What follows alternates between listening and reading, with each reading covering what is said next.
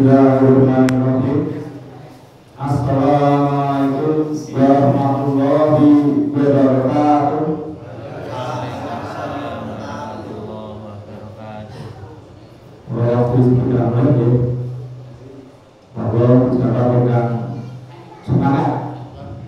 Assalamualaikum warahmatullahi wabarakatuh.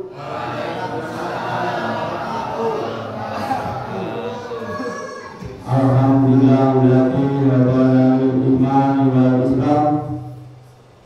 Asyhadu an la ilaha illallah wahdahu la syarika lah wa asyhadu anna Muhammadan abduhu wa rasuluh. Allahumma shalli wa sallim wa barik ala sayyidina Muhammad wa ala ali sayyidina Muhammad. Amma ba'du. Gunakan masyarakat para sepuh dari sepuh wonten ing hubungan kali gangsal usipun ingkang kawula pasti gunakan para jemaah salat isya lan jemaah pengawasan rutinan setiap malam Rabu ingkang diberkahi Allah Subhanahu wa taala. Membawa juga kita akan sama-sama puji syukur gunakan Allah Subhanahu wa taala ingkang sampun paring kita kenikmatan ingkang arupi kasarasan kegiatan kesempatan kebahagiaan lan sanes-sanesipun sehingga kita sedaya wonten dalu menika dipun paringi hidayah, dipun paringi petunjuk, dipun paringi kekuatan saged kawula ilmu kangge sami kita wonten ing alam donya dumugi wonten ing alam akhirat. Salam dan selawat mugi tercurah kepada junjungan kita sedaya Nabi besar Muhammad sallallahu alaihi wasallam yang selalu kita nantikan sertanya baik di dunia saat ini maupun di yaumul qiyamah. Amin amin Allahumma amin.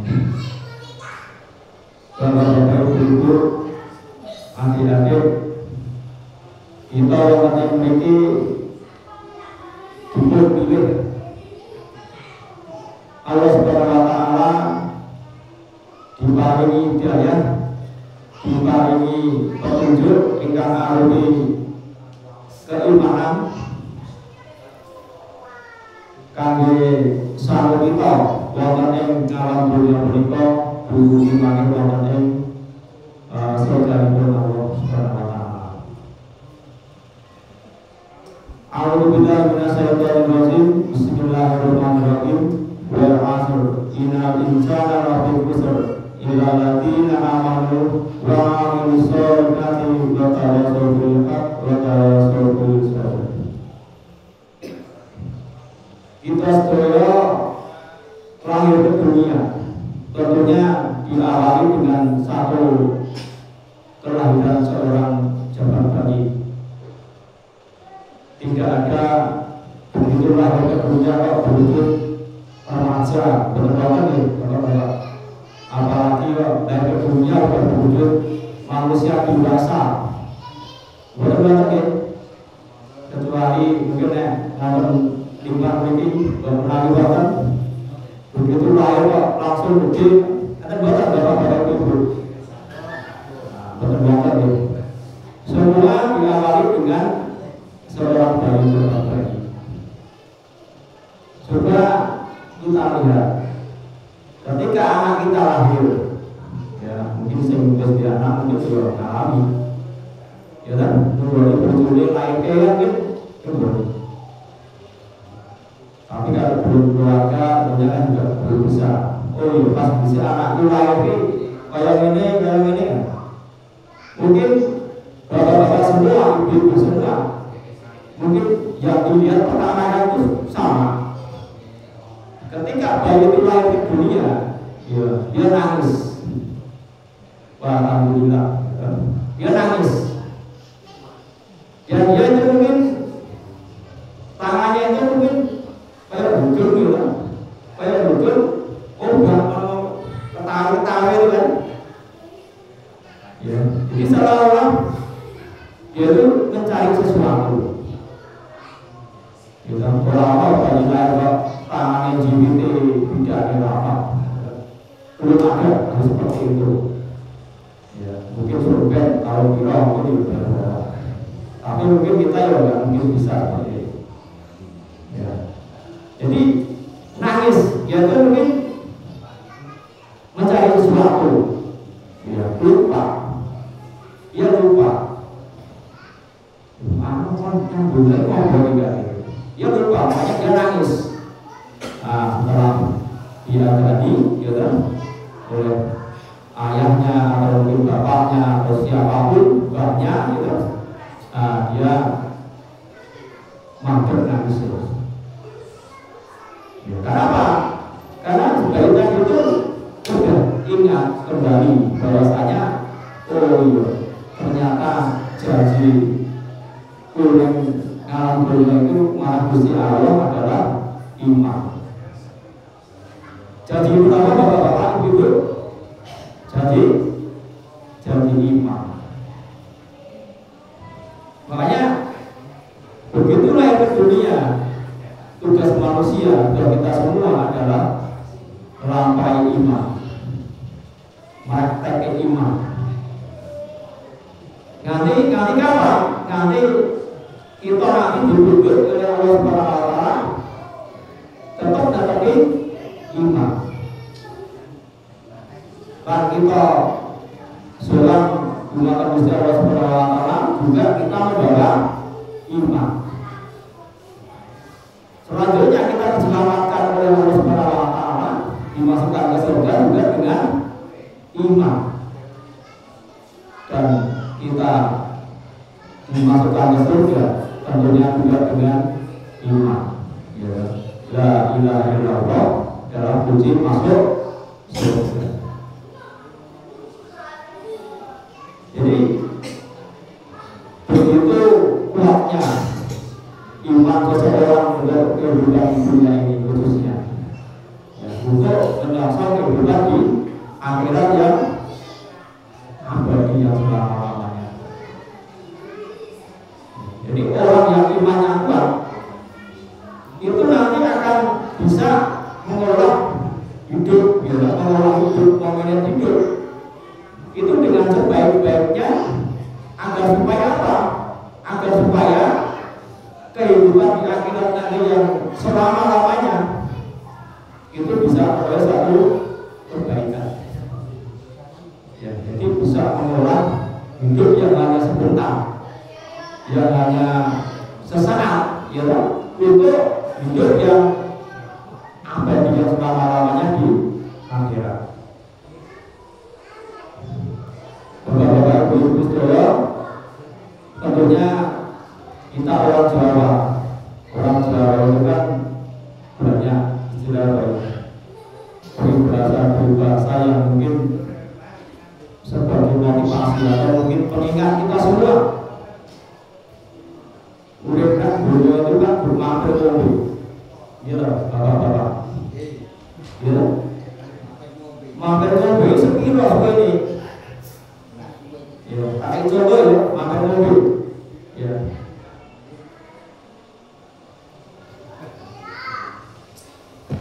Nah, kira menit Pak. Orang 1 detik, 1 sampai 2 detik. Mobil hanya sebentar sekali. Jadi itulah ibarat hidup di dunia ini yang hanya sebentar. Makanya orang yang imannya kuat, yaitu akan bisa memanfaatkan hidup yang hanya sebentar ini untuk kebaikan di akhirat yang selamanya. Ya. Tapi orang yang imannya lemah tentunya kan mungkin beda dengan orang yang imannya kuat. Ya, makanya marilah kita berusaha untuk sedikit mencari barang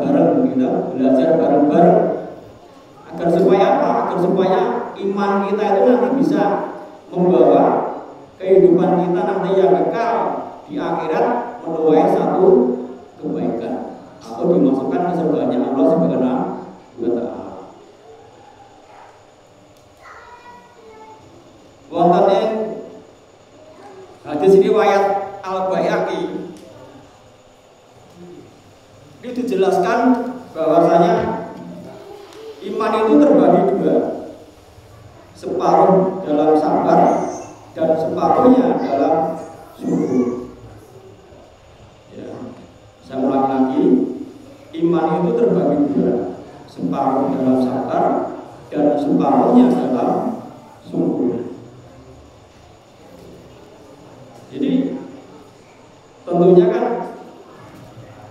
iman itu nanti akan dapat ujian ketika lahir sampai anak, ya, remaja, dewasa, tua, ya, semakin tua lagi, tentunya kan berbagai tingkat-tingkatan.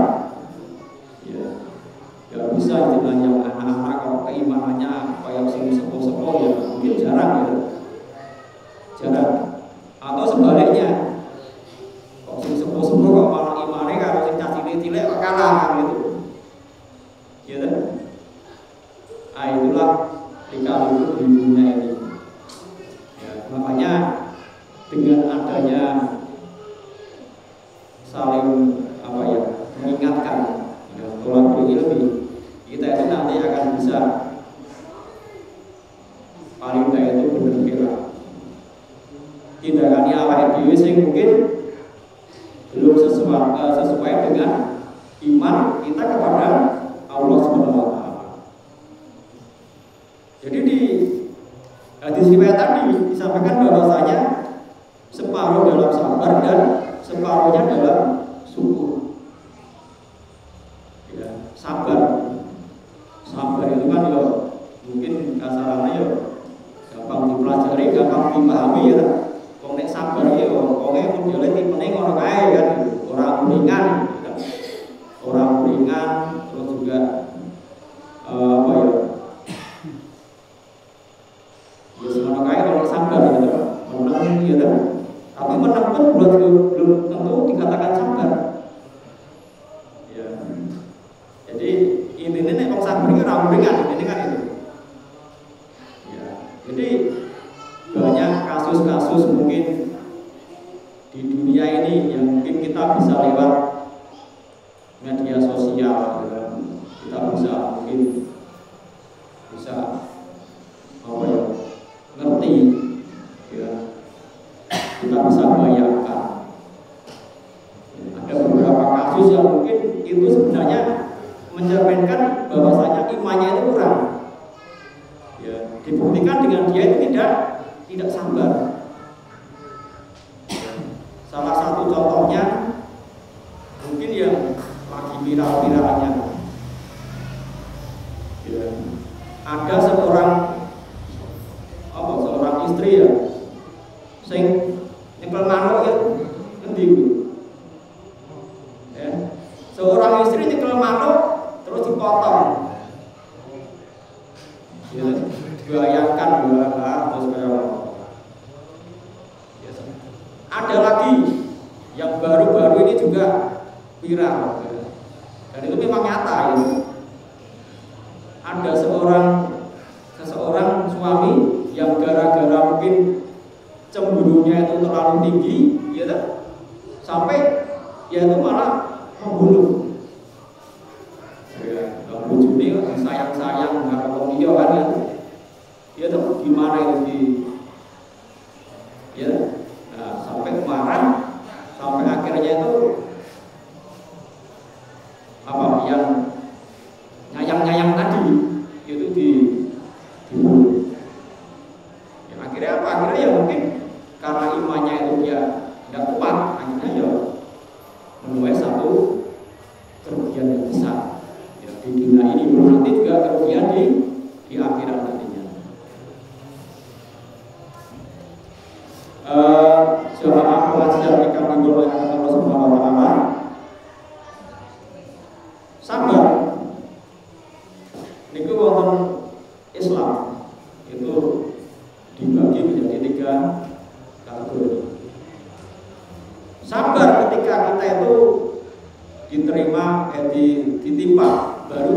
satu musibah. Yang kedua, sabar ketika kita itu menjalankan perintah. Yang ketiga, sabar ketika kita itu meninggalkan maksiat. Sabar ketika kita ditimpa musibah. Dan kita pasti semua nanti pasti akan diuji dengan yang namanya musibah. Mungkin ya kategori beda-beda. Ya, sing kerja pabrik ya diuji kalau masalah pabrik, masalah kotor-kotor di pabrik, ya pabrik orang. Terus mungkin sing profesi ini petani ya mungkin diuji panenane mungkin orang sesuai kalau harapan. Ya, dipangan tikus atau dipangan kereng. Terus yang dagang mungkin ya diuji mungkin ya orang payu-payu. Ya, semua nanti akan diuji sesuai dengan bidangnya masing-masing. Sing guru pun, ya guru pun kita mungkin kepenak, tapi tentunya juga diuji. Ya, anak yang nakal, gitu, anak didiknya nakal, bahkan sampai viral gitu, seorang guru nepelek gitu. Itu semuanya ada ujian. Jadi sebagai seorang muslim, ketika kita itu diuji, ya kita harus istilahnya sabar. Jadi menerima bahwasanya semua itu ya datang dari Allah untuk menguji keimanan kita. Tapi kalau kita mungkin enggak sabar, ya itu bilang sayang orang dia mungkin kan. Kalau kita sabar mungkin kita beda lagi. Berarti ya berjumayu kan gitu. Ya tuh. Lah ngapain harus bawa berdua saja? Ya. Mungkin kok aneh-aneh tidak lapor orang sesuai dengan harapan, ya harus sabar. Oh mungkin kayak ini aku kesalahan sing masalah ini. Atau sing peternak misalnya. Oh wis gadang-gadang sudah di pejantan apik ya toh. Dilarang malah didisi, ya malah didisi uang maksudnya ya. Nanti ya tak gunakan untuk jual cek HP itu jumbo rotan super leher buton gimana tau ya. Kalau kita sabar dengan ujian yang sepele-sepele, mungkin nanti akan kita meningkat kualitas keimanan kita. Tapi kalau kita nggak sabar, tentunya kan akan membuat kita nanti kita jadi kacau. Yang kedua, sabar dalam menjalankan perintah. Perintah agama, sholat, ke masjid, sodakoh. Kalau nggak sabar kita mungkin nggak akan di sini.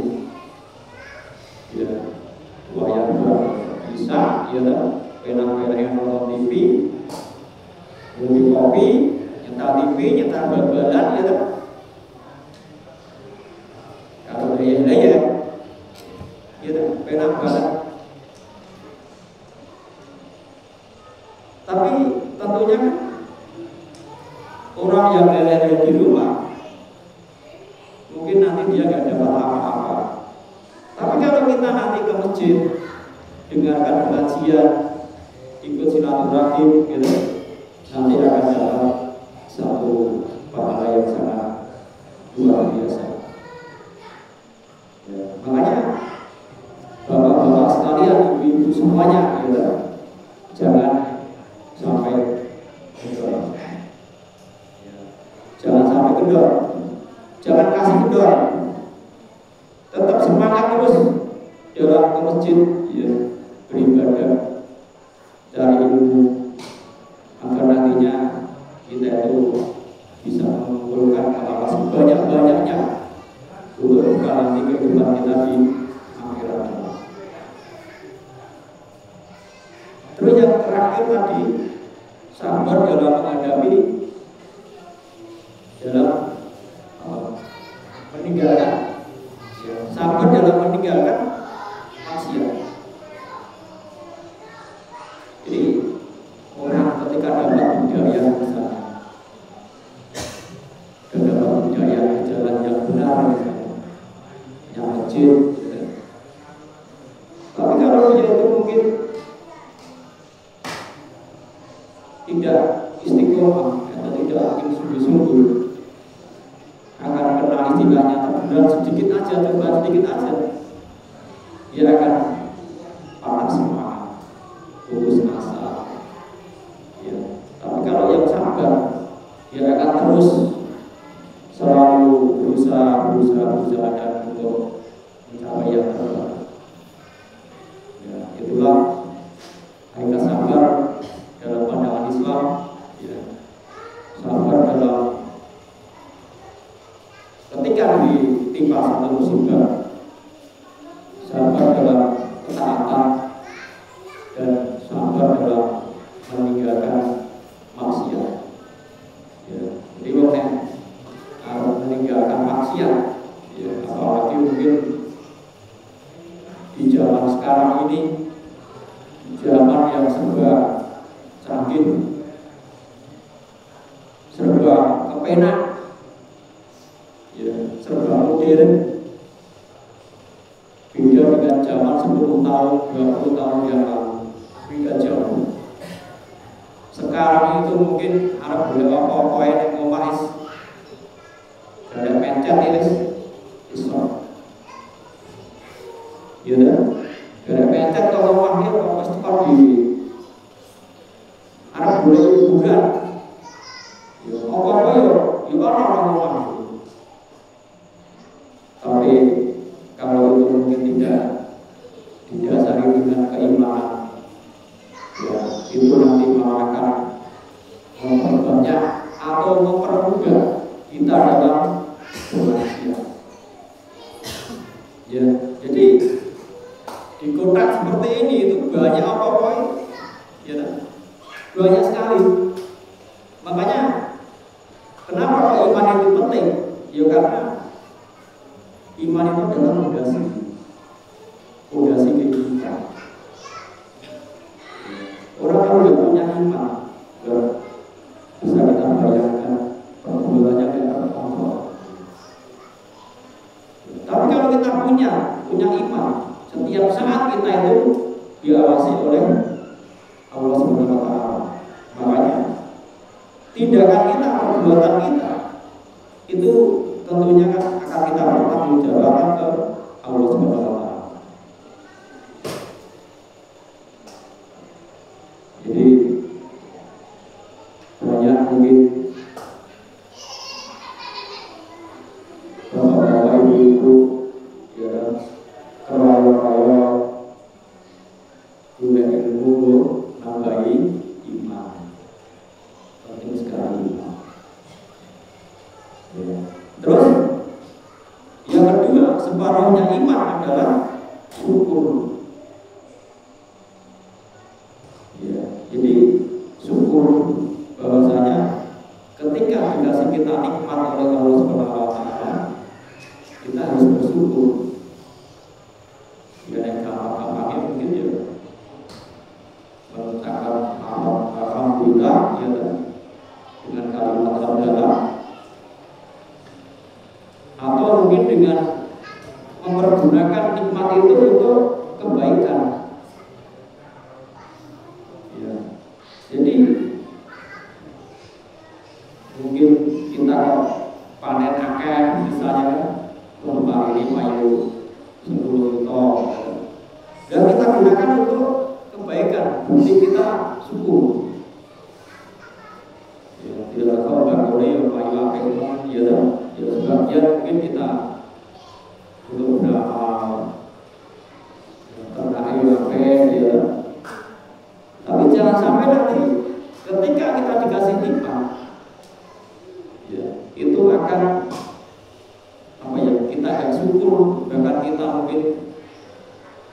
kok sakmene kudune akeh kudune sakmene ya ibaratnya kok ibaratnya Pak Ibu ya. Dan ironisnya lagi nikmat itu digunakan untuk hal-hal yang tidak benar ya, berpanen belako, panen padi atau beradu wedus ya di dalam ketemu cewek yang jalan ayu kan padi pergi padi ya kepencut nah itu entek atau boten pergi bapak-bapak ibu boten nggih alhamdulillah gitu. Nek orang sing dibaleni ya bahaya ya jadi kita dapat nikmat kita syukuri kita gunakan sebaik-baiknya untuk meningkatkan keimanan kita kepada Allah Subhanahu wa taala. Jadi Allah juga berfirman dalam surat Al-Ibrahim ya